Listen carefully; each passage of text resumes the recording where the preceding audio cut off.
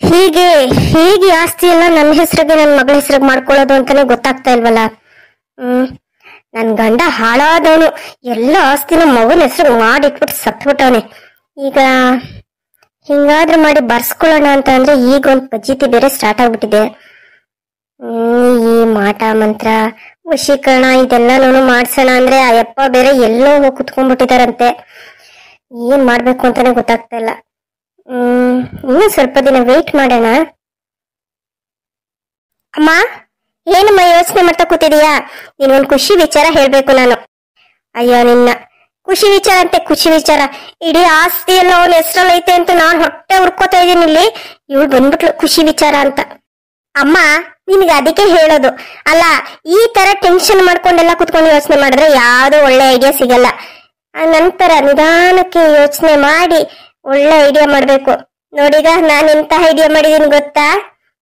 ಸೀದಾ ಹೋದೆ ಅಣ್ಣ ಅದಕ್ಕೆ ಹತ್ರ ನಾನು ಒಳ್ಳೆಯವಳಾಗಿದ್ದೀನಿ, ನನ್ ಗಂಡ ಮನೆಗೆ ಹೋಗ್ತೀನಿ ಅಂತ ನಾಟಕನೇ ಶುರು ಮಾಡ್ಬಿಟ್ಟೆ.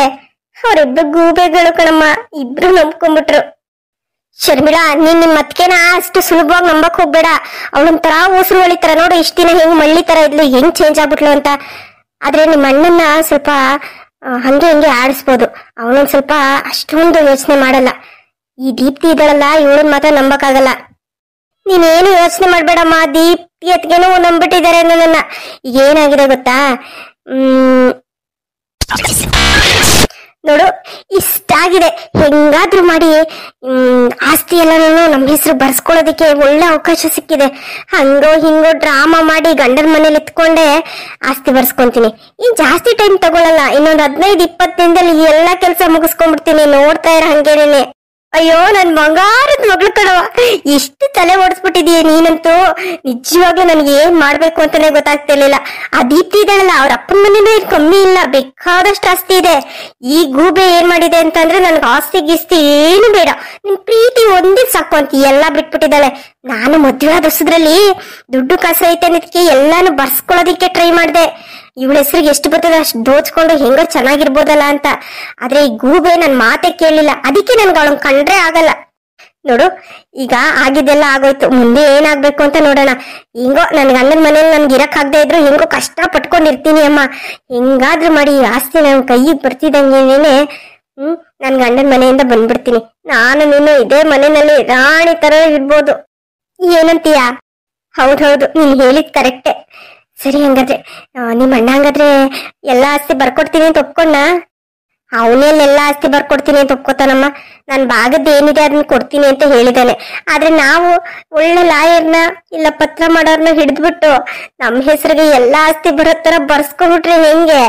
ಅದೇ ಐಡಿಯಾದಲ್ಲಿ ಇದೀನಿ ನಾನು.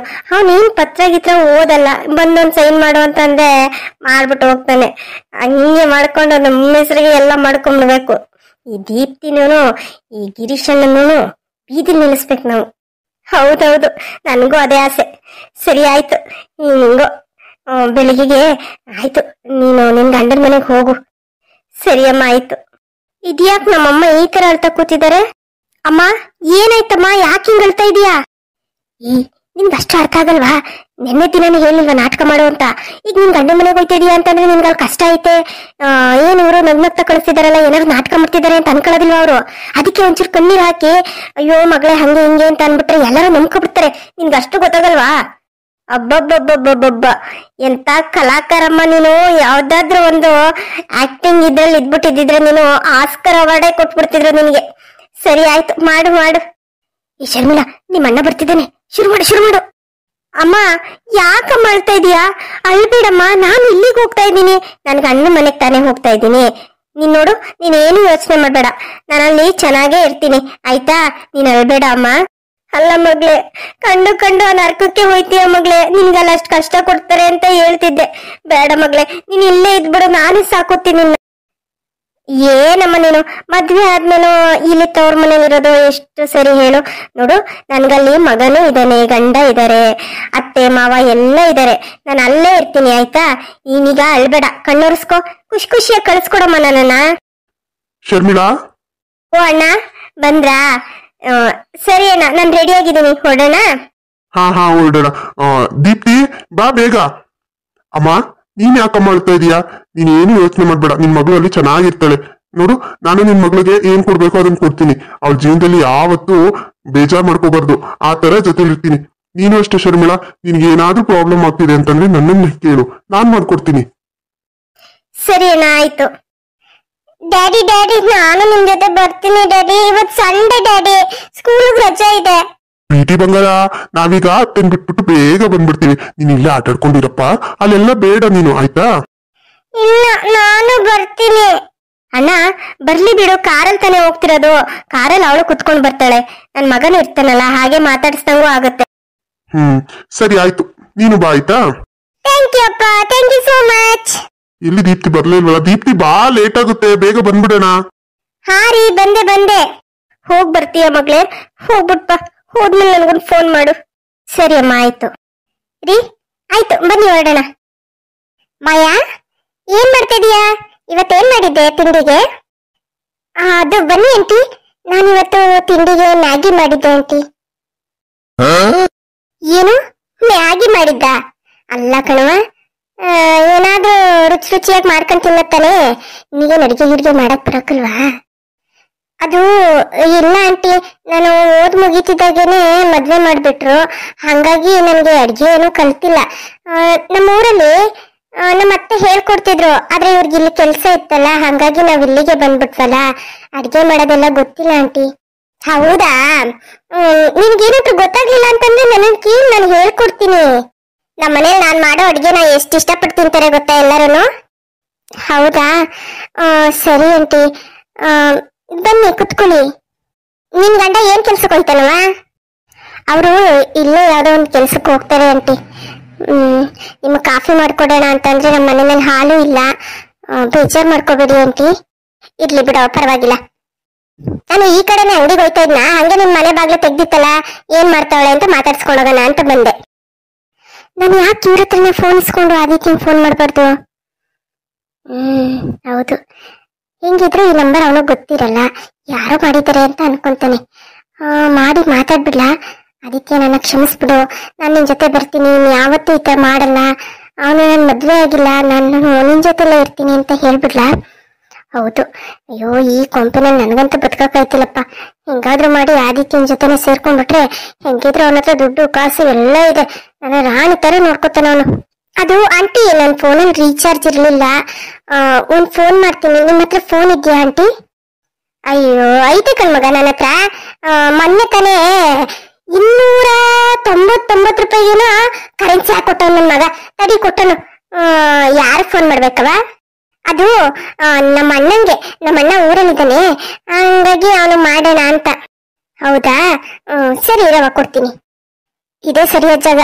ಅಲ್ಲೆಲ್ಲರೂ ಮಾತಾಡಿದ್ರೆ ಆಮೇಲೆ ನಾವು ಆಂಟಿ ಏನಾದ್ರೂ ಕೇಳ್ಕೊಂಡ್ಬಿಟ್ರೆ ಕಷ್ಟ.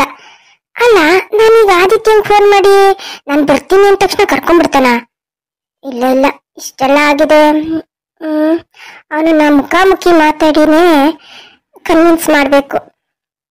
ಏನ್ ಮಾಡ್ಲಿ ಅಂತಾನೆ ಗೊತ್ತಾಗ್ತಿಲ್ಲ. ಇಲ್ಲ, ಫಸ್ಟ್ ಈಗ ಹೆಂಗಿದ್ರು ಅವ್ನ ಮನೆಯಲ್ಲಿ ಇಲ್ಲ ಅಂತ ಹೇಳಿದ್ರಲ್ವ ಮೊನ್ನೆ ಹೋದಾಗ, ಅವ್ರ ಸೆಕ್ಯೂರಿಟಿ ಒಳಗಡೆನೆ ಬಿಡ್ಲಿಲ್ಲ ಅವ್ರ ಮನೇಲಿ ಯಾರು ಇಲ್ಲ ಅಂತ. ಫೋನ್ ಮಾಡಿ ಅವ್ನು ಎಲ್ಲಿದ್ದಾನೆ ಅಂತ ತಿಳ್ಕೊಳ್ಳ.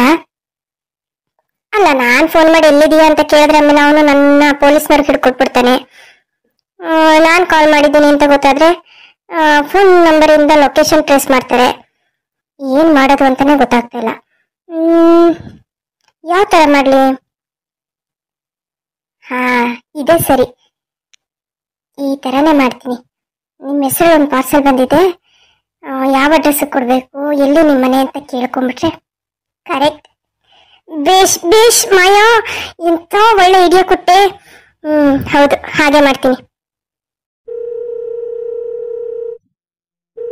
ಪ್ಲೀಸ್ ಆದಿತ್ಯ, ಫೋನ್ ತೆಗಿಯೋ, ನನಗೆ ಈ ನರಕದಲ್ಲಿ ಇರೋಕ್ ಆಗ್ತಾ ಇಲ್ಲ. ಆದಷ್ಟು ಬೇಗ ನಿನ್ ಹತ್ರ ಬಂದ್ಬಿಡ್ತೀನಿ. ಹಲೋ, ಯಾರು ಮಾತಾಡ್ತಿರೋದು? Hello madam. ಈ ನಂಬರ್ ಇಂದ ನಮ್ಗೆ ಒಂದು ಆರ್ಡರ್ ರಿಸೀವ್ ಆಗಿದೆ, ಅದನ್ನ ಯಾವ ಅಡ್ರೆಸ್ ತಂದ್ಕೊಡ್ಬೇಕು ಮೇಡಮ್? ಏನೋ ಆರ್ಡರ್ ಮಾಡಿದ್ರಾ? ಮೋಸ್ಟ್ಲಿ ನಮ್ಮ ಮನೆಯವರೇ ಮಾಡಿದ್ರು ಅಂತ ಅನ್ಸುತ್ತೆ. ಮೇಡಮ್, ನಮ್ಮ ಮನೆ ಅಡ್ರೆಸ್ ನೋಡಿ ಬರ್ಕೊಳ್ಳಿ, ಹೇಳ್ತೀನಿ, ಇಲ್ಲಿಗೆ ತಂದ್ಕೊಟ್ಬಿಡಿ. Okay madam, thank you so much. ನಾನಂತೂ ನಿಮ್ಮ ಮನೆ ಅಡ್ರೆಸ್ ಹುಡ್ಕೋದಕ್ಕೋಸ್ಕರ ತುಂಬಾ ತಲೆ ಕೆಡಿಸ್ಕೊಂಡ್ಬಿಟ್ಟಿದ್ದೆ. ನೋಡಿ, ಪಾರ್ಸಲ್ ಬಂದ್ಬಿಡುತ್ತೆ, ಅಡ್ರೆಸ್ ಅಡ್ರೆಸ್ ಸರಿಯಾಗಿ ಗೊತ್ತಾಗಲ್ಲ. ಫೋನ್ ನಂಬರ್ ಒಂದು ಹಾಕಿರೋದ್ರಿಂದ ನೋಡಿ ಎಷ್ಟು ಅನುಕೂಲ ಆಗುತ್ತೆ. ಸರಿ ಮ್ಯಾಮ್, ಥ್ಯಾಂಕ್ ಯು. ನಾವು ಆದಷ್ಟು ಬೇಗ ನಿಮ್ಮ ಮನೆಗೆ ನಿಮ್ಮ ಪಾರ್ಸೆಲ್ನ ಡೆಲಿವರ್ ಮಾಡ್ತೀವಿ. ಅಪ್ಪ ಸದ್ಯ ಹೇಗೋ ಅಡ್ರೆಸ್ ಸಿಕ್ತಲ್ಲ. ಇವತ್ತು ನಾಳೆ ಹೋಗ್ಬಿಡ್ತೀನಿ. ತುಂಬಾ ಥ್ಯಾಂಕ್ಸ್ ಆಂಟಿ, ನೀವು ಫೋನ್ ಕೊಟ್ಟಿದ್ದಕ್ಕೋಸ್ಕರನೇ ನಾನು ಮಾತಾಡೋದಿಕ್ಕಾಗಿದ್ದು. ಹೋಗ್ಲಿ ಬಿಡವ, ಏನೊಂದು ಫೋನ್ ಕಾಲಿಂದ ಏನಾಗುತ್ತೆ. ಈಗೆಲ್ಲ ಫ್ರೀ ಮಾಡ್ಬಿಟ್ಟವ್ರಲ್ವಾ. ಮುಂಚೆ ಆದ್ರೆ ಇಷ್ಟ ಪೈಸೆ ಅಂತ ಕಟ್ಟಾಗ್ಬಿಡೋದು, ಇಷ್ಟ ನಿಮಿಷಕ್ಕೆ ಇಷ್ಟ ಪೈಸೆ ಅಂತವ. ಈಗ ಹಂಗೆಲ್ಲ ಏನಿಲ್ವಲ್ಲ, ಈಗ ಅನ್ಲಿಮಿಟೆಡ್ ಅಂತ ಕೊಟ್ಬಿಟ್ಟವ್ರೆ. ಏನ್ ಹುಡುಗರು ಕೇಳು, ಹುಡುಗಿರ್ ಕೇಳು, ಆಂಟಿರ್ ಕೇಳು, ಮುತ್ಕಿರ್ ಕೇಳು, 3 ಹೊತ್ತು ಫೋನ್ ಉಚ್ತಾ ಇರೋದೆ. ಆ ಫೋನಲ್ಲಿ ಮಾತಾಡ್ತಾ ಇರೋದು. ಏನ್ ದುಡ್ಡು ಖರ್ಚಾಗಲ್ವಲ್ಲ. ಅಯ್ಯೋ ಬಿಡು ಹೋಗ್ಲಿ. ಮತ್ತೆ ಇನ್ನೇನವ ಸಮಾಚಾರ? ಏನಂದ್ರು ನಿಮ್ಮ ಅಣ್ಣವರು? ಏನಿಲ್ಲ ಆಂಟಿ, ಅದೇ ಊರಿಗೆ ಹೋಗೋಣ ಅಂತ ಅನ್ಕೊಂಡಿದ್ನ, ಅದಕ್ಕೆ ಕಾಲ್ ಮಾಡಿದ್ದೆ ಅಷ್ಟೇ. ಅಲ್ಲ ಕಣವ, ಈಗಿನ ಕಾಲದಲ್ಲಿ ಬೆಂಗಳೂರಲ್ಲಿ ಒಬ್ರು ದುಡ್ದು ಜೀವನ ಮಾಡಕ್ಕಾಗುತ್ತಾ? ಈಗಿನ್ನ ಬಂದಿದ್ದೀರಾ ಮದುವೆ ಮಾಡ್ಕೊಂಡು, ಎಲ್ಲ ಹೊಂದಿಸ್ಕೋಬೇಕು ಮಾಡ್ಬೇಕು ಅಂದ್ರೆ ನೀನು ಕೆಲಸ ಮಾಡ್ಬೇಕಾಯ್ತದ ಕಣವ. ಮೊನ್ನೆ ಏನೋ ಅವಕ್ಕ ಉದ್ಗಡ್ಡಿ ವರ್ಷಕ್ಕೆ ಬಾ ಅಂತ ಕರೆದ್ರೆ ನೀನೇನೋ ಬೇಜಾರ್ ಮಾಡ್ಬಿಟ್ಟಂತೆ. ಹಂಗೆ ಯಾಕಮ್ಮ ಮಾತಾಡಕ್ ಹೋದೆ? ಕೆಲ್ಸ ಮಾಡ್ಕೊಂಡಿದ್ರೆ ನಿಮ್ಗೆ 3 ಕಾಸು ದುಡ್ಡಾಗದಲ್ವಾ? ನೋ ಆಂಟಿ, ನೀವು ನನ್ನ ತುಂಬಾ ತಪ್ಪು ತಿಳ್ಕೊಂಡಿದೀರಾ. ನಮ್ಮ ಮನೆಯಲ್ಲಿ ತುಂಬಾ ರಿಚ್ ಆಗಿದ್ದಾರೆ. ನಾನು ಈ ತರ ಕೆಲಸ ಎಲ್ಲ ಮಾಡಿದ್ರೆ ಅವ್ರಿಗೆ ಬೇಜಾರಾಗುತ್ತೆ ಅಲ್ವಾ? ಹಂಗೇನಾದ್ರೂ ಸಮಸ್ಯೆ ಇತ್ತು ಅಂತ ಅಂದ್ರೆ ನಮ್ಮ ಮನೆಯವ್ರ ಹತ್ರ ಕೇಳಿದ್ರೇನೆ ಇಷ್ಟ ಅಮೌಂಟ್ ಅಂತ ಕೊಟ್ಬಿಡ್ತಾರೆ. ನಮ್ಮ ಮನೆಯವ್ರು ತುಂಬಾ ಸ್ವಾಭಿಮಾನಿಗಳು. ನಿಮ್ ಮನೆ ಕಡೆಯಿಂದ ಯಾವ ದುಡ್ಡು ತರಬೇಡ, ಏನು ಕೇಳ್ಬೇಡ, ಅವ್ರು ಏನ್ ಅನ್ಕೊಳ್ಳಲ್ಲ ನಮ್ಮ ಮೇಲೆ. ನಾವೇ ದುಡ್ದು ಜೀವನ ಮಾಡ್ಬೇಕು ಅಂತ ಹೇಳಿ ಇಲ್ಲಿದೀವಿ ಅಷ್ಟೇ. ಅವರು ಅಷ್ಟೇ, ನಮ್ಮ ಮನೆಯವರು ನನ್ನ ಕೆಲ್ಸಕ್ಕೆ ಕಳ್ಸಲ್ಲ ಆಂಟಿ. ಹೌದಾ? ಅಷ್ಟೊಂದು ಅನುಕೂಲಸ್ತ್ರ ನಿಮ್ ಮನೆ ಕಡೆ? ಹೆಂಗೋ ಹೋಗ್ಲಿ ಬಿಡವ, ಚೆನ್ನಾಗಿರು. ಸರಿ ಕಣವ, ನಾನು ಮನೆಗೆ ಸಾಮಾನ್ ತಗೊಂಡ್ ಹೋಗ್ಬೇಕು, ಬರ್ತೀನಿ. ಸರಿ ಆಂಟಿ, ಆಯ್ತು. ಸದ್ಯ ಹಿಂಗೋ ಅಡ್ರೆಸ್ ಏನೋ ಸಿಕ್ಕಿದೆ, ಅಲ್ಲಿಗೆ ಹೋಗಕ್ ಒಂದು ವ್ಯವಸ್ಥೆ ಮಾಡ್ಕೋಬೇಕಷ್ಟೆ.